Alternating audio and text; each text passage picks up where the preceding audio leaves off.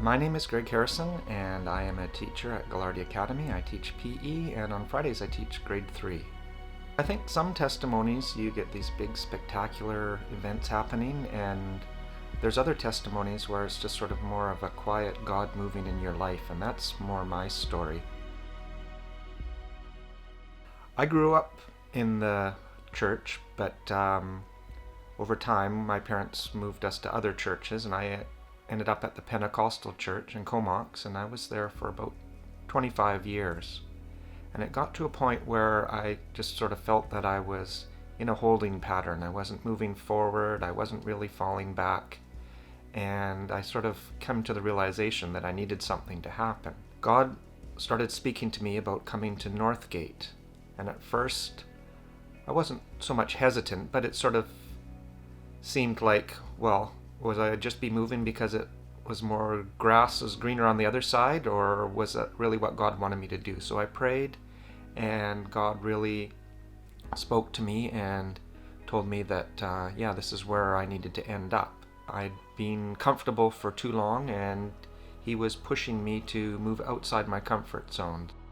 I knew I couldn't just come to a new church and do the same old things that I had done before, so I spoke to Pastor George about joining a life group, and I got connected right away, and that's been a huge part in my development. Not only am I learning more all the time, I've also taken on a bit of a leadership role, and every once in a while I lead the life group, and that's a big step forward, more being pushed out of the comfort zone. While I was talking to him, we talked about baptism. I had been baptized in an Anglican church when I was a teenager, but I'd never been fully immersed, so that was also one thing that I did quite early on. There was a baptism not long after I came back, and I did the full dunk immersion.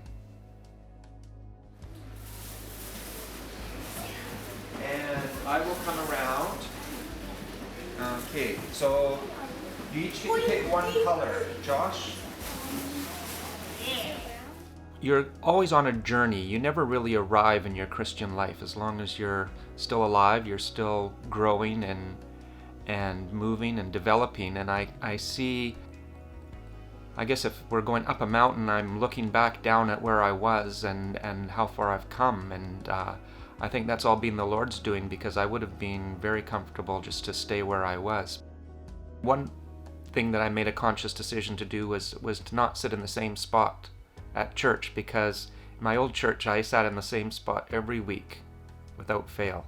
And so if you ever notice me in church, I'm always in a different spot. So just connecting with different people, reaching out. I help with the ushering. Just a lot of different things that I would never have done if God hadn't pushed me to do them. All you have to do is be willing. God will open the doors that need to be opened, and if you're just willing to take that first step, He'll show you where you need to go.